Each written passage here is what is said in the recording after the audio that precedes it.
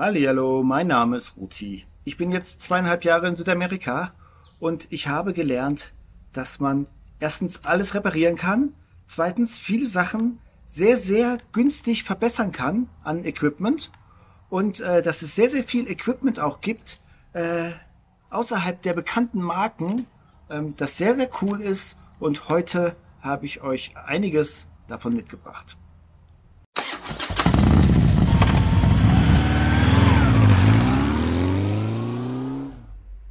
Als erstes bin ich hier in Kolumbien und zwar in der Kaffeegegend, im Kaffeedreieck. Hier gibt es den besten Kaffee der Welt und ja, ihr seht, es ist ganz nett hier. Ich habe einen riesen Glücksgriff mit dem Hotel gemacht. Ich war gestern hier in der Nachbarstadt und hatte kein Hotel gebucht und dann habe ich so gesucht und dann war es so, ja, war okay, aber es war auch ultra touristisch da. Und dann habe ich hier das hier gebucht, bin hierher gefahren und das hier ist ein Riesenanwesen. Und ja, es hat Pool, wie ihr hier sehen könnt. Zeig's nur mal kurz, wir kommen gleich zum Thema. Ich will es nur einmal zeigen, weil ich es so geil finde. Ja, es gibt umsonst Frühstück, Parkplatz überdacht für die Lucy. Ich wohne da oben in dem Zimmer, super geiles Zimmer mit Doppelbett und allem Pipapo, Fitnessstudio und hier so ein Garten, wo man spazieren gehen kann. Und man könnte theoretisch auch Fußball spielen, wenn man Sport treiben will. 9 Euro. Ist halt, ja, überragend. Und ich hatte vor ein paar Tagen nämlich sowas gebucht in der Tatacoa-Wüste. Das Hotel gab's dann nicht. Und da war ich auch mega enttäuscht, hab da mega mit Booking rumgezackert, weil die dann immer so, ja, Sie müssen sich mit dem Hotel kurz schließen.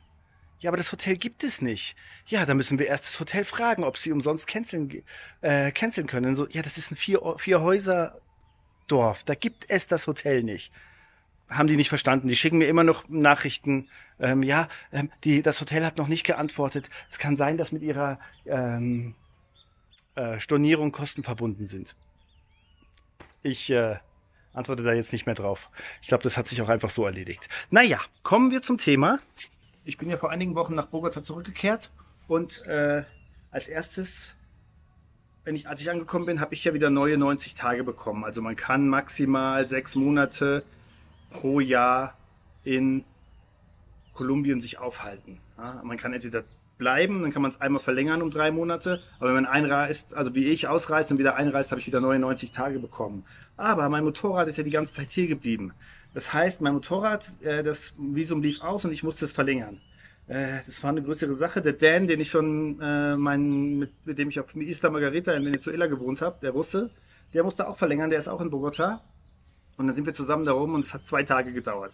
Also es kann sein, dass es in 15 Minuten geht, aber es kann auch sein, dass es 2 Tage dauerte. Als ich angekommen bin dort, haben die erstmal so gesagt, ja, das geht nicht. Und dann habe ich so, doch, das geht. Nein, man kann nicht verlängern.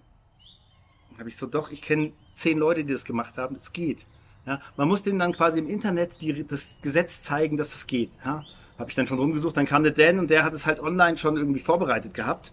Und der hat es dann gemacht und dann so, oh, es geht doch. Dann waren sie natürlich ganz Dings. Und dann hat es 3 Stunden gedauert und dann man braucht halt noch so eine Versicherung, die wollten sie sehen. Ja, und die von der Versicherung, die haben das aber überhaupt nicht hingekriegt. Die haben 2 Tage gebraucht dafür. Egal, ich habe jetzt neue 3 Monate. Und bin dann eben noch ein paar Wochen in Bogota geblieben und habe mein Equipment noch mal ein bisschen aufgefrischt, repariert, verbessert, weil das in Kolumbien ja super geil gibt. Es gibt hier alles günstig. Also es ist wirklich ein Traum. Von den Ländern, die ich gesehen habe in Südamerika, mit Abstand das Beste, besser als Chile. Und vor allem halt viel, viel günstiger als Chile. Ich habe mir hier eine Liste gemacht, deswegen werde ich immer mal so aufs Handy schauen, wundert euch nicht. Erstes Thema.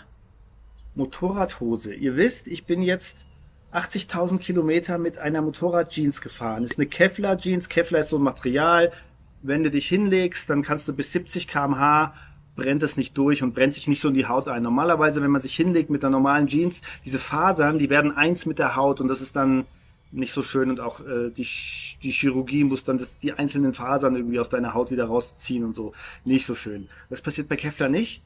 Ich hatte ja schon gezeigt, dass die Protektoren gebrochen waren teilweise. Es war halt dadurch, dass die immer nass geworden sind oder mal nass geworden sind und dann wieder trocken und ich glaube auch durch die ganze extreme Hitze, extreme Kälte und so weiter. Auf jeden Fall, sind dann irgendwann gebrochen, dieses Gummi. Ich habe es dann immer mit Klebeband so umwickelt, war okay. Ich hatte nämlich das nicht gefunden, so zum Einsetzen, habe ich nicht gefunden in vielen anderen Ländern. Ich meine, ich war auch immer, das ist jetzt immer so ein bisschen, ja, das kann man schon finden und so weiter. Es kommt eben darauf an, wo man unterwegs ist. Wenn du die Panamericana hochfährst, das ist eben so die, wie sagt man, Banana Pancake Trail. Da fährt halt jeder lang, da gibt's Sachen. Aber ich bin ja hinten rumgefahren, Amazonas und dann hoch über Venezuela. Da gibt's eben solche Sachen nicht oder ich habe sie nicht gefunden. Und in Manaus rumgefahren ist eine große Stadt, aber nicht gefunden. Da gab's immer so einzelne Sachen, ja, also die du so anziehen kannst. Protektoren, aber nicht zum in die Hose stecken. Egal. Jedenfalls die Hose, 80.000 Kilometer Vanucci Jeans. Also für mich ist das eine 10 oder eine 11 von 10 als Empfehlung. Das ist super, super, super geil. Die hat nichts. Alle Nähte sind noch tipptopp. Klar, die Farbe, die war dunkelblau und jetzt ist sie halt quasi so richtig Jeans. Ne? Jeans verliert ja die Farbe. Aber eine überragende Hose. Das Einzige war, dass ich halt immer, wenn es anfängt zu regnen, wenn ich fahre, es fängt an zu regnen, dann denke ich so, oh ja, ist vielleicht nur so ein bisschen, ist vielleicht nur ein Schauer. Und bis ich mich dann dazu durchringe, anzuhalten und die Regenhose anzuziehen, bin ich eigentlich schon immer klatschnass. Ja. Und dann Jeans, so, das ist halt auch so dicker Jeansstoff, weil das eben Kevlar ist. Das trocknet dann halt auch nicht mehr. Und dann ist es halt, da macht es einfach überhaupt keinen Spaß mehr zu fahren. Dann bist du halt immer nass, nass, nass, nass, nass. Und sie ist natürlich auch sehr heiß, weil es eben eine Jeans ist, ne? Sehr heiß in großer Hitze. Ja, bei über 30 Grad, sehr heiß. Aber ansonsten, ich meine, ja, ich bin in allen Wetterlagen gefahren, in allen Klimazonen, Wüste, Patagonien im Winter, Schnee, Eis, alles gefahren. Das hat die alles easy mitgemacht. Also, ja, wieder etwas, wofür ich ein großer Verfechter bin, denn ich sage immer, in Deutschland, ich spreche jetzt mal für Deutschland, man kann es vielleicht auch auf ganz Europa oder noch USA oder so, die westlichen Länder ausweiten, ich spreche jetzt mal für Deutschland, da ist Motorradfahren sowas wie Segeln, ja, das ist nur für reiche Leute. Und es muss aber gar nicht so sein. Ja, diese Vanucci Jeans, die hat 98 Euro gekostet. Damit kannst du 80.000 Kilometer fahren und die hat nichts. Deswegen, man muss nicht so viel Geld ausgeben für den ganzen Scheiß. Man kann auch sehr, sehr viel günstiger reisen und günstigeres Equipment haben. Das wird diesen großen etablierten Firmen jetzt vielleicht nicht gefallen, ist auch vielleicht nicht so gut für Sponsoren oder so. Aber es ist eben so, dass viele Sachen, die halten genauso lange oder ja, vielleicht sogar länger. Ja, wenn du Gore-Tex hast, ist eine Beschichtung, die rubbelt sich irgendwann ab. Allerdings muss ich sagen, ich habe hier meine Gore-Tex Regenjacke. Hier Kaffeezone ist halt so ein bisschen regnerisch, deswegen ja, das ist halt eine Gore-Tex-Jacke beschichtet und die habe ich jetzt auch schon 80.000 Kilometer. Es ist hier so ein bisschen aufgerubbelt, man sieht es vielleicht ein bisschen, ja, aber die ist immer noch komplett wasserdicht. Aber ich kann sagen auch, dass ich Leute kenne, die haben sich einmal Gore-Tex gekauft, kaufen sich es nie wieder, weil das Ding halt irgendwie nach 3 Monaten nicht mehr wasserdicht war. Ich will einfach nur zeigen, dass man auch mit kleinem Geld die gleiche Reise machen kann und genauso viel Spaß dabei haben kann. Und vielleicht sogar Sachen findet, entdeckt, die besser sind als das super teure Mega-Equipment. Ich zeige euch immer nur, was ich mir kaufe, was ich dazu lerne, was meine Erfahrungen sind. Was ihr euch kauft, müsst ihr selber entscheiden. Und wenn ihr euch Rabbit oder Climb oder so kauft, dann macht ihr auf keinen Fall was falsch. Aber auch eine Gore-Tex beschichtete Hose, die ist trotzdem heiß, ja? Auch wenn die atmungsaktiv ist. Ja? Da muss man sich nichts vormachen. Zurück zur Hose. Schon seit ein paar Monaten habe ich dann immer gedacht, so ja, es wäre halt geil, wenn ich eine wasserdichte Hose hätte. So eben so eine Rabbit und Climb, die haben das halt. Es gibt bestimmt auch andere Marken, die das haben, aber die sind Hosen, die sind von sich aus wasserdicht. Man muss nicht was anziehen, um dann die Wasserdichtigkeit zu haben.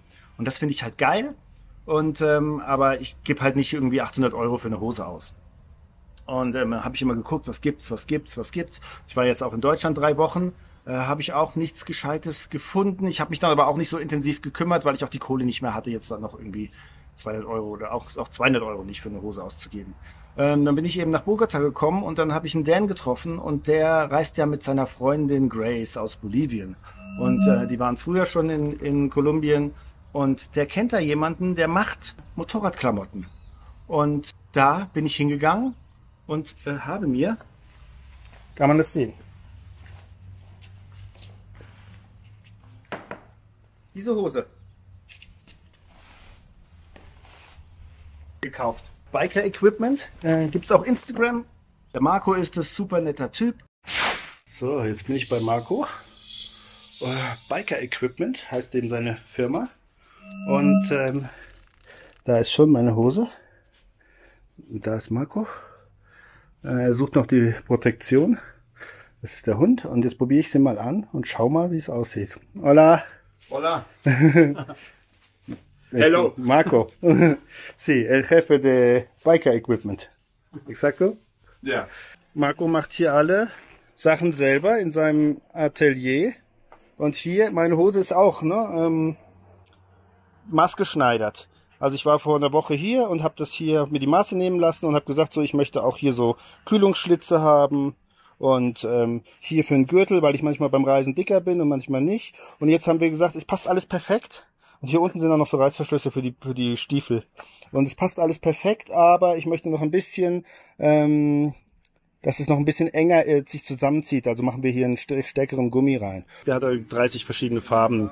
Und ich konnte halt auch sagen bei meinem, dass ich hier, wo ich das Blau haben will, ich habe dann gesagt, ich möchte hellblau halt insgesamt, aber wenn ich knie, das wird dann vielleicht eher dreckig, dann dunkelblau. Ne?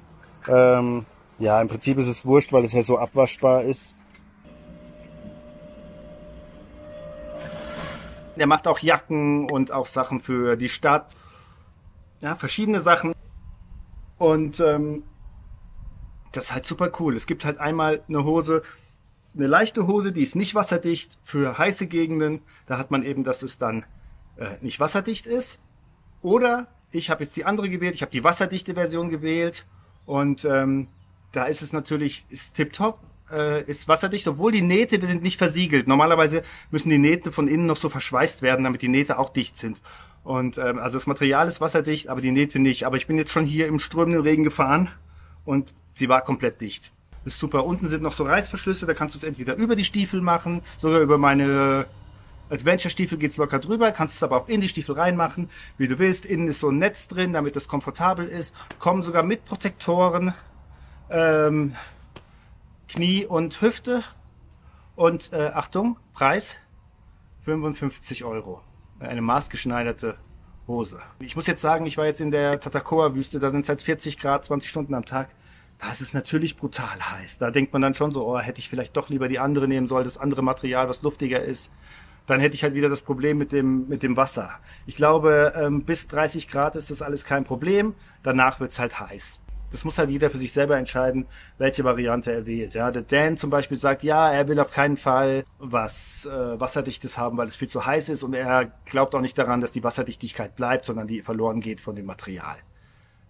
Ich habe ein bisschen eine andere Meinung, aber so ist es eben auch. Und das ist ja auch das beim Motorradreisen. Es gibt nicht nur eine Sache, die richtig ist, sondern fragst du 10 Motorradreisende, die alle schon 5 Jahre unterwegs sind in der Welt, die haben trotzdem alle ganz unterschiedliche Meinungen. Mit dem Frank, wie oft streite ich mich darum? Ich würde mir niemals so einen Helm kaufen, wie der Frank sich gekauft hat.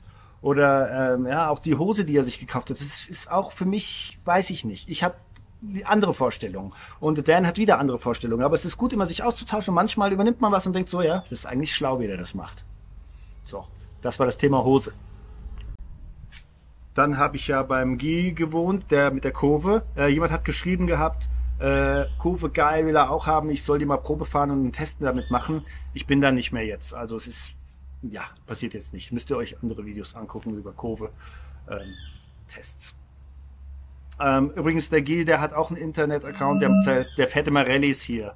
Also das könnt ihr gerne folgen, dann da seht ihr viel über die Kurve, wenn ihr wollt. Der hatte mir halt so einen Laden empfohlen, weil meine Griffe, die sind ja, ich habe ja diese Heizgriffe von Yamaha und da ist das ja fest dran. Das ist nicht mit dem Stecker, was natürlich schlauer wäre, wenn es ein Stecker wäre. Du kannst die Griffe wechseln, gibt's auch Heizgriffe, da kannst du mit dem Stecker einfach abziehen und dann kannst du neue Griffe dran machen, steckst es wieder dran und hast das Heizding immer noch. Bei Yamaha ist das ein Stück, dass wenn es kaputt geht, dass man das ganze Ding auswechseln muss. Hat er gesagt, so ja, er kennt hier einen Mechaniker in Bogota, der kann das quasi abmachen und kann einen neuen Griff machen und kann das Heizding in deinen neuen Griff wieder dran bauen. Okay, bin ich da hingefahren und der hat das angeguckt und so und hat gesagt, so ja, kann er machen, kostet 90 €. Dann hab ich so, ja, 90 €. Für 90 € kann ich neue Heizgriffe kaufen. Ja, die sind vielleicht dann nicht so schick wie die von Yamaha, aber ich habe ja schon öfters mal gesagt, die Yamaha, es gibt heißere. Und da habe ich auch schon Leute, hatten dann geschrieben, ja, die sind doch super heiß von Yamaha, die Heizgriffe. Und die kann man auch einstellen. Ja, natürlich, die sind eingestellt. Ja, aber es ist eben so, ja, die sind super heiß, wenn du die hier im normalen Wetter anmachst. Aber mach mal bei -5 Grad die an. Da spürst du, ich habe es nicht mehr gefühlt. Bei Patagonien habe ich nicht mehr gefühlt, dass die überhaupt warm waren. Also gar nichts mehr. Und dann sind die halt nicht stark genug vielleicht. Ja? Oder vielleicht waren es auch extreme Konditionen. Es gibt diese Dinger, wo man so über die Griffe zieht. Das sind wie so Handschuhe, da steckt man die Hände rein. Wahrscheinlich das ist sogar eine bessere Lösung, dann brauchst du überhaupt keine Heizgriffe. Das Ding ist halt, wenn du die nicht brauchst, schleppst du die immer mit dir rum. Aber das ist dann auch sowas, macht der Frank oft. Der kauft sich Sachen für ein bestimmtes Klima und dann benutzt er das ein halbes Jahr oder so, wenn er da unterwegs ist. Und dann, wenn er woanders hinfährt, dann schmeißt er das weg. Und das ist ja auch dann die Sachen, die sind halt hier nicht so teuer dann eben. Ja? So. Ich habe dann gesagt, ja okay, das ist mir zu teuer mit den Griffen. Ich mache es wieder auf meine altbewährte Art. Das waren Tipps von euch. Schrumpfschlauch.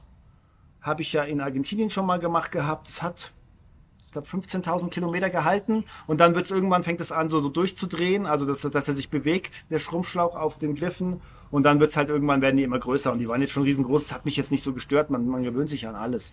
Aber dann habe ich dann gesagt, so, ey, habt ihr so eine Heißluftpistole? Weil das war eben das Problem, dass ich dann oft in Städten keine Mechaniker gefunden habe, die diese Heißluftpistole haben. Ja? Also so ein Heißluftföhn. Und den brauchst du halt für den Schrumpfschlauch.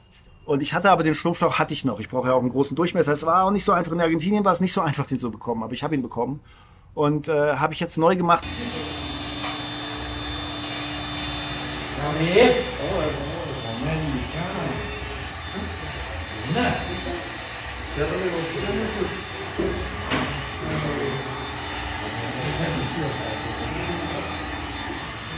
No, es que no le digo que esto es una enfermedad mental.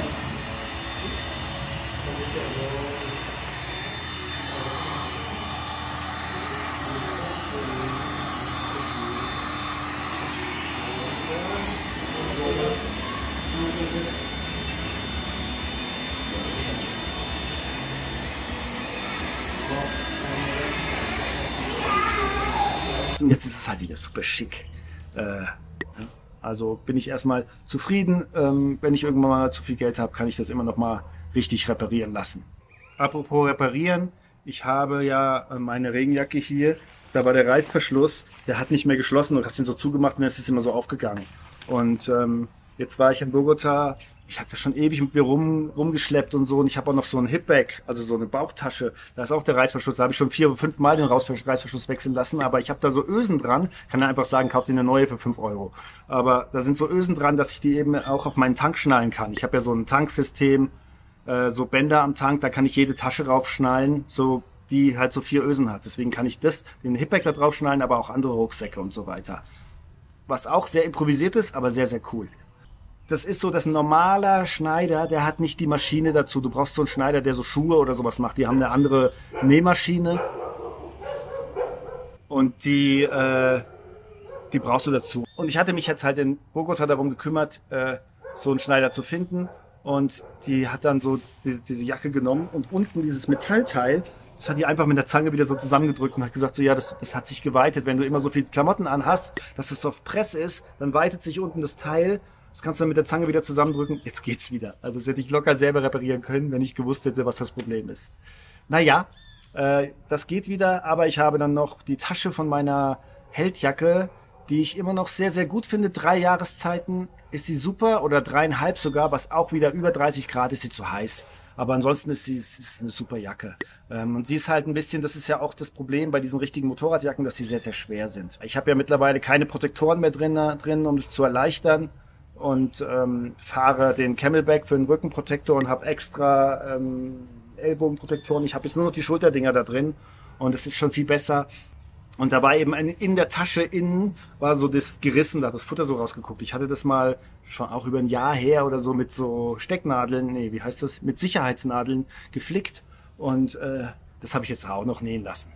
Und den Hipbag hat auch wieder einen neuen Reißverschluss bekommen. Dann ich hatte die Geschichte noch nicht erzählt, aber das größte Abenteuer Südamerikas, sage ich immer, ist mit dem Frachtboot von Peru über den Amazonas bis nach Brasilien zu fahren. Also das sind Highlight-Videos, die kommen noch. Ein absolut brutales Abenteuer. Aber dort haben sie dann in Brasilien, du bist halt auf dem Frachtschiff. Und das Motorrad ist auch auf dem Frachtschiff. Und die bewegen das auch hin und her, auch wenn sie sagen, nee, wir bewegen das nicht. Und du kannst dann immer gucken und so weiter. Sind halt, ja, ich war da 3 Wochen unterwegs. Du kannst nicht die ganze Zeit neben diesem Motorrad stehen. Und ja, sie haben dann, ich habe so Anti-Rutsch-Pads an der Seite angebracht, für die, wenn du die Beine dran machst, dass es halt nicht so glatt ist. Und den haben sie halt eins abgerissen. Dann habe ich gesagt so, ah ja, hier abgerissen und so, ja, ihr habt das kaputt gemacht, müsst ihr bezahlen. Und das ist aber nicht so in Brasilien. Also selbst in Brasilien nicht. Und Brasilien ist ein sehr gehobenes Land, wenn man das mit Peru und so vergleicht. Ja? Also das Frachtschiff ist ein Luxusdampfer gegen die in Peru. Aber es war trotzdem so, da kam man dann so mit Sekundenkleber an. Und dann so, ja, Sekundenkleber habe ich selber. Wenn ich das auf das Plastik klebe, dann ist das Plastik für immer verschrubbelt. Ja? Und wollte ich dann nicht. Hab's dann in meine Tasche gesteckt und jetzt ein Jahr rumgefahren. Und hab das dem Guy gezeigt. Und der hat dann gesagt so, ah ja, machen wir es mit Silikon fest. Haben wir festgemacht, hat auch gut gehalten, aber Silikon anscheinend große Hitze, mag Silikon nicht. Denn in der Tatacoa-Wüste habe ich verloren jetzt, das Anti-Rutschpad. Naja, damit ist das Thema auch erstmal erledigt. Das passiert halt auch, dass man Sachen vielleicht manchmal nicht so gut repariert. Dann, ihr wisst ja, ich bin so ein Airhawk-Kissen, also die Sitzbank von der Teneré ist mega unbequem, Originalsitzbank. Und ich habe mir dann so ein aufblasbares Kissen gekauft, das hat so einzelne Waben und das bläst man nur so minimal auf. Und dann, wenn man sich bewegt quasi, dann schwappt diese Luft hin und her. Und dann sitzt du quasi nicht immer auf derselben Stelle. Das ist das Problem, dass du immer auf derselben Stelle sitzt. Und dann Schmerzen hast am Poppes. Ja, nach weiß ich nicht wie viel Stunden Fahrt. Bin ich auch immer gefahren, war super gut. Allerdings ist es so, jetzt, wo ich ein bisschen besser Motorrad fahre als am Anfang, wenn man besser Motorrad fährt, man sitzt nicht immer auf derselben Stelle. Man rutscht, ja, wenn du bergauf fährst, rutscht du nach vorne, um den Schwerpunkt zu verlagern, ja. Wenn du bergab fährst, rutscht du nach hinten. Kurve, du rutscht ständig auf diesem Sattel hin und her. Und das ist halt mit diesem Kissen immer ein bisschen nervig, ja, weil das Kissen ist natürlich nur so groß und nicht die ganze Rückbank. Und ja, ich habe dann in Venezuela beschlossen, ja, ich lasse das Kissen weg. Und es ist jetzt tatsächlich so, eine steile These vielleicht, dass ich sagen würde, der schlechte Motorradfahrer sitzt immer auf der gleichen Stelle, der gute Motorradfahrer bewegt sich halt auf dem Sitz die ganze Zeit und dann hat er auch keine Arschschmerzen. Das ist ein bisschen übertrieben, weil, ja, wenn ich jetzt an Marokko denke oder an Patagonien, wo es halt stundenlang geradeaus geht, was willst du dich da bewegen? Ja? Ich meine, klar, du bewegst dich dann so nur, weil du dich bewegen musst, aber da musst du dich nicht bewegen. Da geht es keinen Millimeter hoch oder runter. Da geht es immer nur geradeaus. Da passiert gar nichts. Also dafür ist es halt dann doch gut, wenn man ein bisschen eine bequemere Sitzbank hat. Und ich habe jetzt beschlossen, dass ich irgendwann mal, auch wenn meine Finanzen sich wieder eingependelt haben, dann, es kommt halt drauf an, in Bolivien hat es halt auch nur 10 Euro gekostet, die sich Sitzbank aufpolstern lasse. Und das machen die hier an der Straße. Und das habe ich damals nicht gemacht, weil ich gedacht habe, vielleicht machen die es scheiße. Aber mittlerweile bin ich davon überzeugt, dass die es super geil machen. Und wenn ich das nächste Mal einen sehe, dem ich vertraue, dann werde ich das machen. Dann, weiteres Setup-Sache, Suspension, Fahrwerk. Ich hatte ja mal am Anfang irgendwie mir das durchgelesen, wie stellt man die Federvorspannung ein und so weiter. Und dann immer noch mal so Videos geguckt und immer noch mal ein bisschen verstellt oder vom Nomad Sweden irgendwelche Einstellungen übernommen für Druckstufe, Zugstufe und so weiter, hinher. Es war dann aber auch immer so, dass es also auch auf so Schotter, also so steiniger Boden, das hat immer so mega geschlagen, es hat überhaupt keinen Bock gemacht.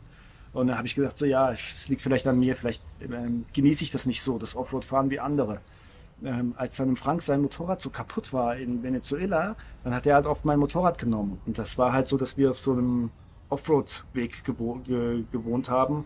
Und dann hat er gesagt so, ey, deine Federung, die ist knüppelhart eingestellt, das kannst du nicht, du musst es viel weicher stellen. Und dann habe ich mir die Zeit genommen, habe die Federvorspannung nochmal komplett neu eingestellt, also dass es richtig perfekt ist und habe dann über 2 Wochen lang die Zug- und Druckstufe genau eingestellt, ja, so wie ich es brauche. Und jetzt ist es halt super soft und jetzt ist es halt der schluckt es halt einfach weg. Vorher war es halt immer so Vollgas und dann irgendwie so ein Hang hoch, wo so Steine sind, ja, dass du dann da drüber kommst, so paf, paf, paf. Die fährt natürlich da drüber, die Teneré, aber es hat halt Schläge getan. Und jetzt kannst du da auch im Schritttempo drüber und die schluckt es einfach. Ja. Und das ist eben so, ich habe halt immer gedacht, ah ja, die Teneré hat halt eine scheiß Federung, also die Teneré Original Suspension, sagen viele Leute, ich habe ja keinen Vergleich, aber sagen viele Leute, ist jetzt nicht die geilste. Und deswegen habe ich gedacht, so, ah ja, das liegt daran, weil das nicht die geilste Federung ist. Aber, wie sagt der Frank gerne, eine schlechte Federung gut eingestellt ist besser als eine gute Federung schlecht eingestellt. Und bei mir war halt eine schlechte Federung schlecht eingestellt. Es war dann auch so, wenn ich irgendwelche Girls mitgenommen habe, dass ich dann das versucht habe, für die komfortabler zu machen, habe dann einfach so an der Federvorspannung gedreht. Und das war halt dann irgendwann so verstellt, dass es komplett hart war. Also, ja, es hört sich jetzt auch ein bisschen dumm an oder ja, hört sich dumm an, war auch dumm irgendwie. Aber es lohnt sich auch da, das mal ordentlich einzustellen, dann ist es ein anderes Motorrad. Noch ein Setup-Ding, ich habe jetzt meine Tasche. Es war ja so, dass ich jetzt neuerdings habe ich ja halt den Rückenprotektor rausgenommen und fahre jetzt mit dem Camelback. Und das Camelback hat ja auch noch so 3 Liter Wasser. Und dann war das immer so, dass mein Rucksack sehr nah an dem anderen Rucksack hinten war, ja, der auf meiner Rückbank liegt. Und dann war ich immer so ein bisschen eingequetscht. Dann habe ich gesagt, okay, ich muss irgendwas ändern, es muss flacher sein. Und jetzt wollte ich einfach mein Setup zeigen, wie ich das die ganze Zeit gefahren bin. Das hängt hier so drüber.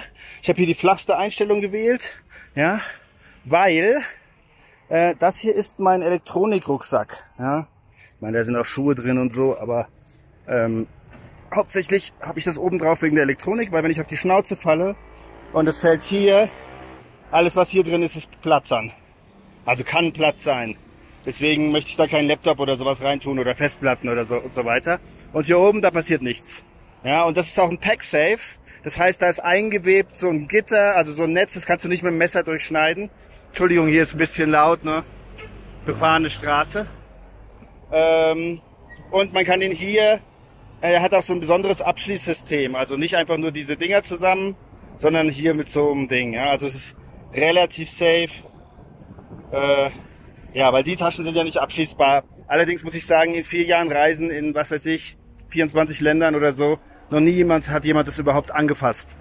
Ja, dass sich jemand aufs Moped setzt in Marokko und so, war das normal. Aber dass jemand die Taschen versucht hat zu öffnen oder so, habe ich noch nie gesehen.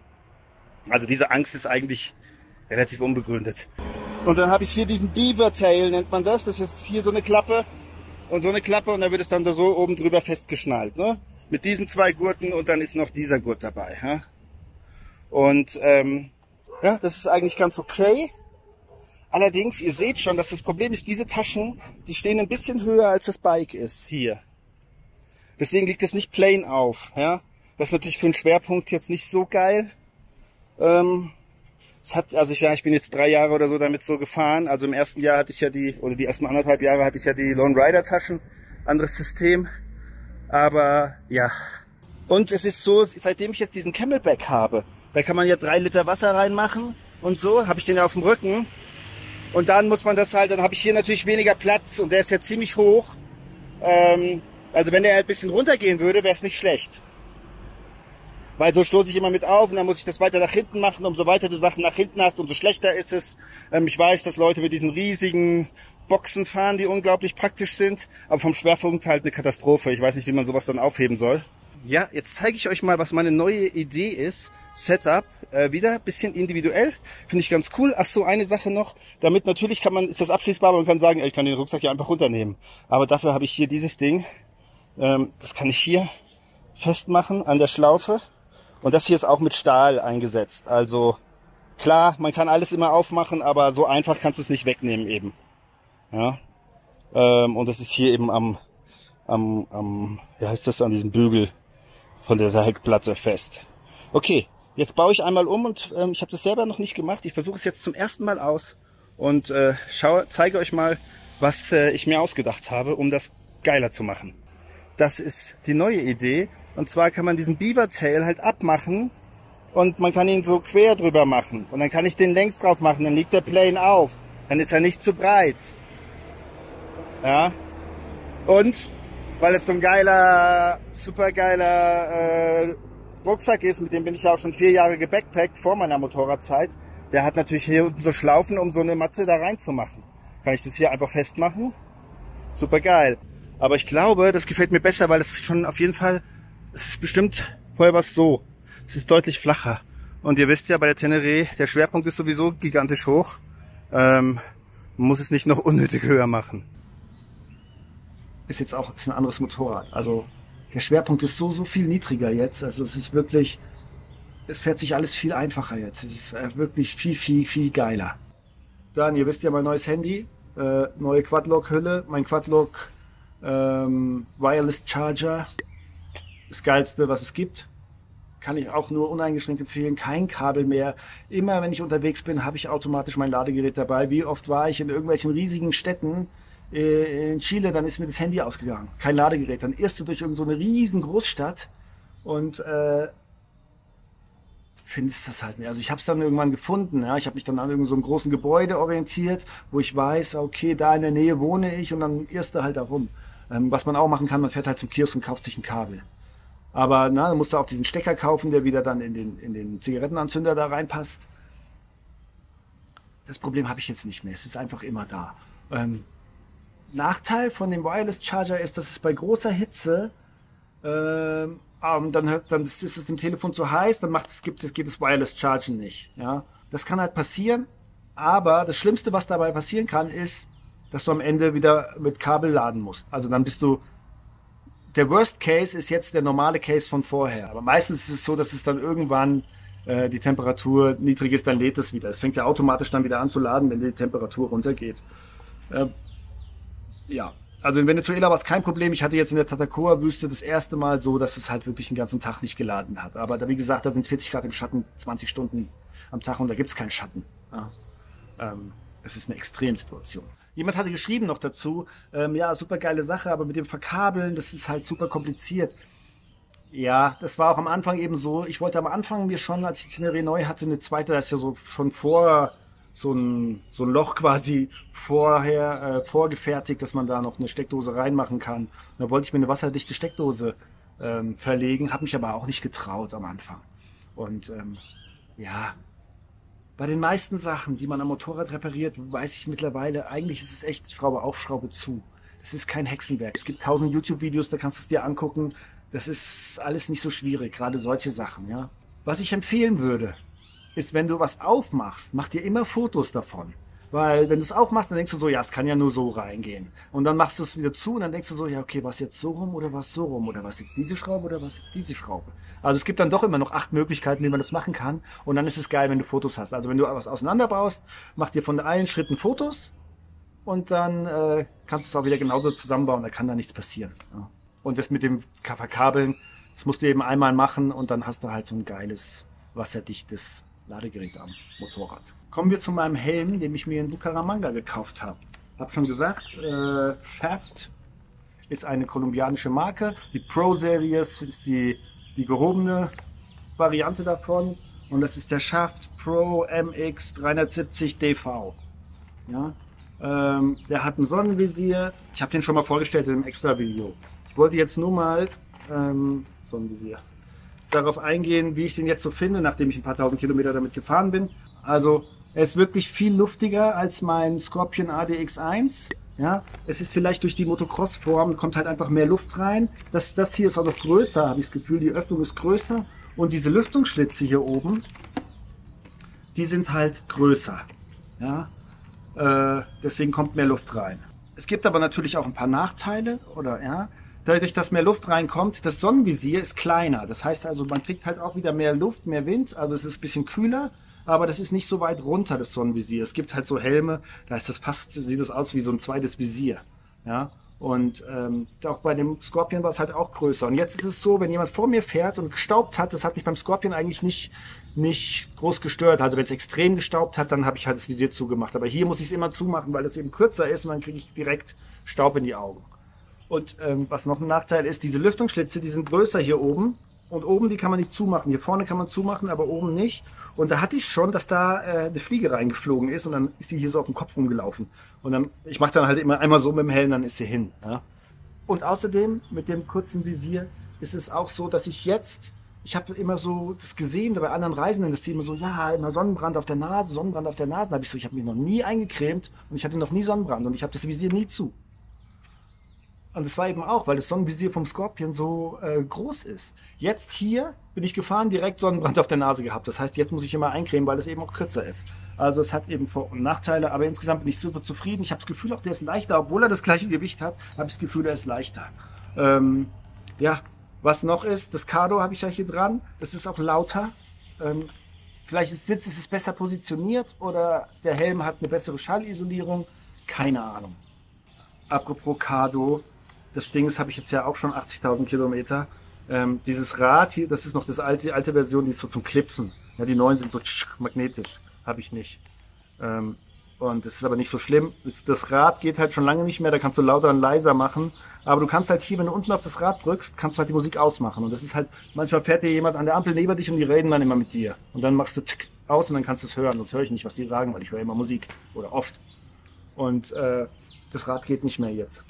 Jetzt muss ich immer mit der Sprachfunktion sagen, hey, Cardo, Musik aus. Und mit der Sprachfunktion, ich weiß nicht, ob es bei den neuen Cardo-Dingern viel besser ist, aber das ist so, ist okay, aber manchmal musst du halt 7-mal sagen, ey, Cardo, Musik aus, ey, Cardo, Musik aus. Und der redet dir und der redet mit dir und dann so, ja, ich habe nichts gehört, was du redest. Aber okay, irgendwann gibt's mal ein neues. Cardo kann mir gerne ein neues schicken. Ach so, apropos Cardo, es ist jetzt auch geil, ich habe ja die Insta360 Cam. Ja, mit denen habe ich ja eine Kooperation. Und die haben mir hier, diese super geile, die habe ich auch schon mal vorgestellt, X3. Es gibt jetzt schon die X4, noch viel geiler, kann 8K und so. Die kannst du jetzt mit dem Cardo koppeln und dann kannst du quasi das als Mikro benutzen. Dann brauchst du kein extra Mikro mehr. Die haben jetzt auch eine Kooperation. Und es geht auch mit der Ace Pro, das ist denen ihre Action-Kamera.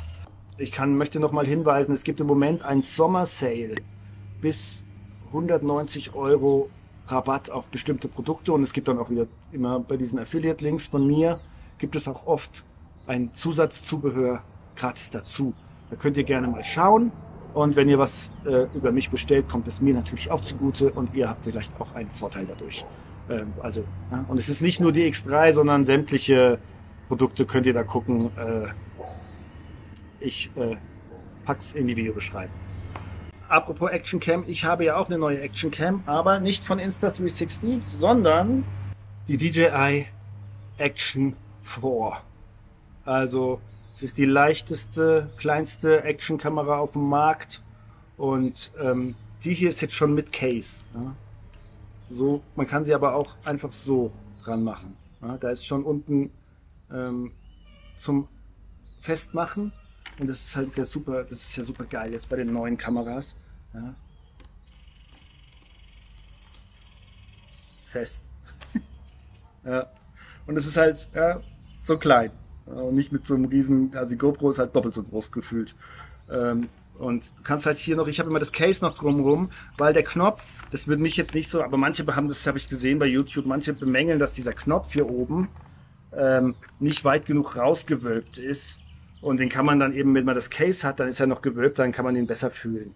Für mich, ich habe so dünne Handschuhe, das ist kein Problem. Das Case fahre ich noch aus einem weiteren Grund, denn das ist jetzt meine neue Lieblingsfunktion. Ich bin ja ein Instagram-Fan, ich habe da nicht so viel Follower oder so, aber ich mache das einfach gerne und poste da gerne Bilder. Und da poste ich halt immer auch Sachen, die jetzt gerade passieren. Wenn ihr daran interessiert seid, könnt ihr mir gerne folgen. Freue ich mich natürlich, vor allem in Stories. Ich mache halt immer Stories. Und deswegen habe ich jetzt dieses Case, weil da kann ich nämlich das auch, Achtung,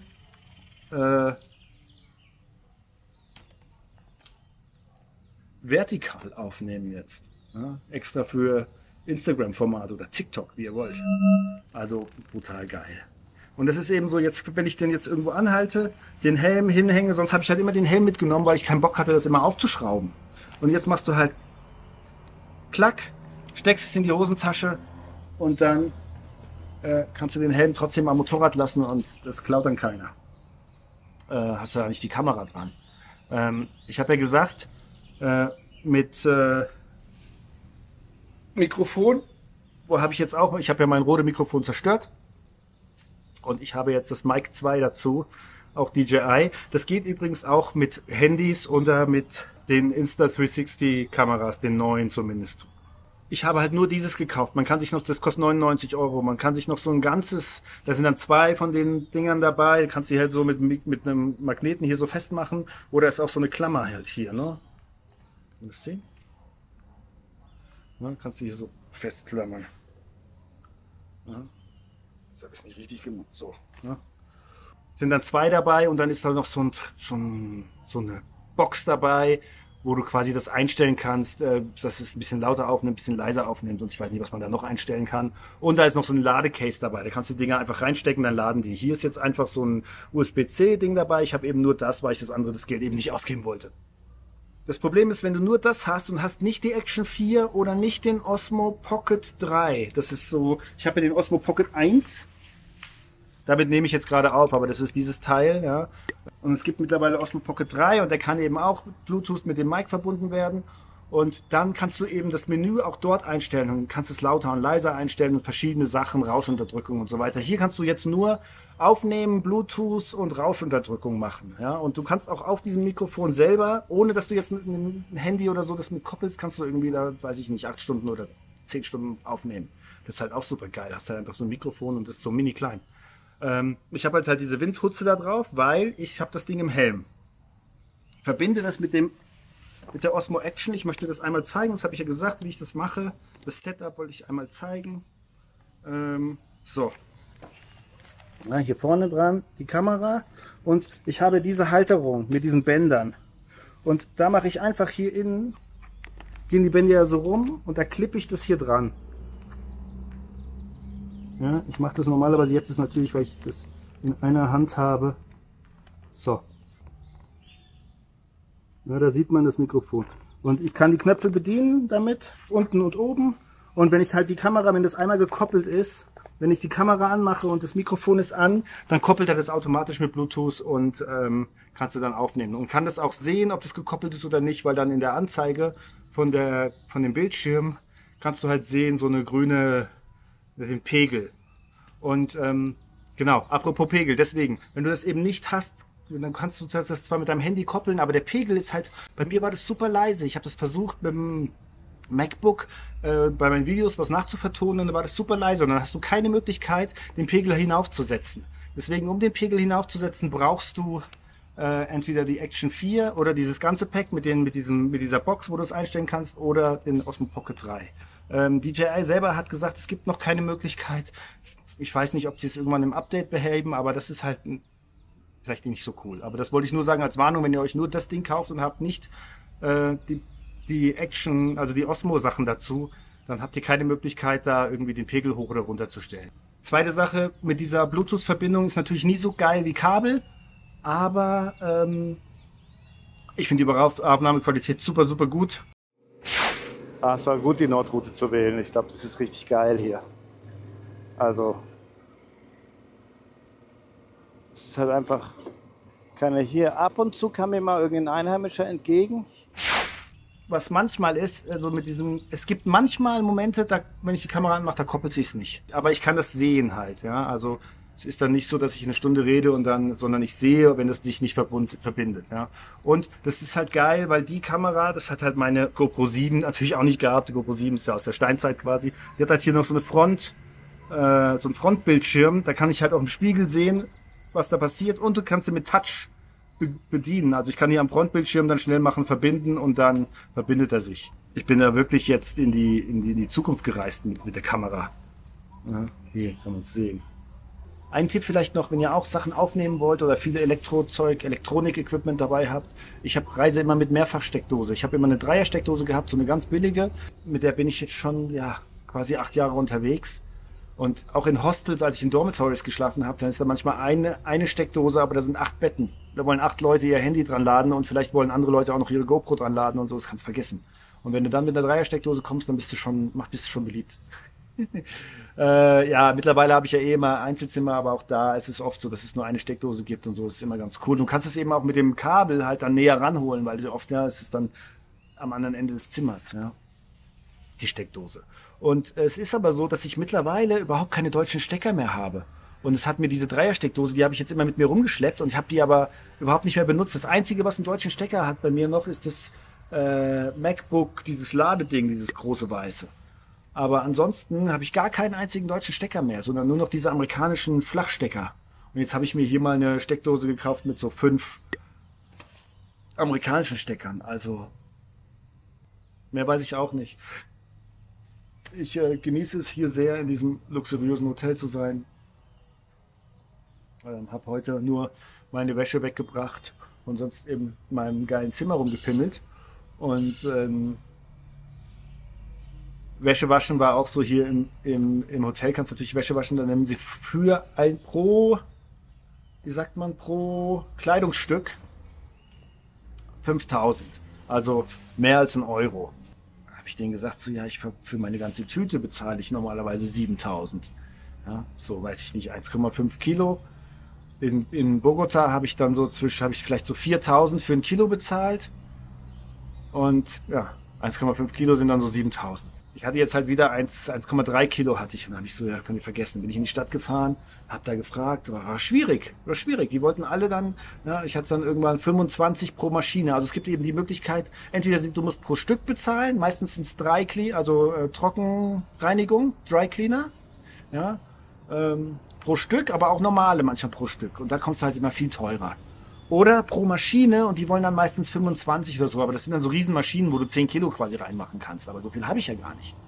Und heute war es dann in Bogota war es eigentlich kein Problem, das zu finden.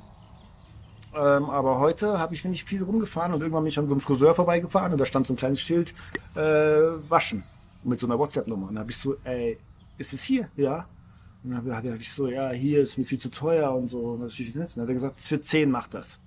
Ich gesagt, 10 ist okay. Deswegen habe ich heute nur meine Wäsche weggebracht. Jetzt war ich hier natürlich Kaffee trinken. Kaffee, goldenes Dreieck des Kaffees. Muss natürlich jeden Tag Kaffee getrunken werden. Und jetzt gehe ich dann später noch hier nochmal was essen und schneide das Video, weil das muss rausgebracht werden. Ansonsten arbeite ich dann noch ein bisschen hier, werde hier noch ein paar Tage bleiben, werde das quasi als Base nehmen und dann diese Kaffee-Area erkunden. Schicke euch schöne Grüße aus dem schönen Kolumbien. Es ist ganz toll hier. Kommentiert gerne, sagt eure Meinung dazu. Gerne auch immer Equipment-Tipps und sowas. Wie gesagt, mit diesen Heizgriffen reparieren, mit dem Schrumpfschlauch und so. Es gibt einige Sachen, die habe ich von euch übernommen. Also vielen, vielen Dank. Immer fleißig kommentieren und beim nächsten Mal gehen wir auf die Todesstraße in Bolivien. Auch eine lustige Geschichte, weil nach mir konnte keiner mehr auf dieser Straße fahren. Ich danke noch Easy Rider 63 für die Unterstützung. Vielen, vielen Dank und macht's gut, euer Ruti. Ciao.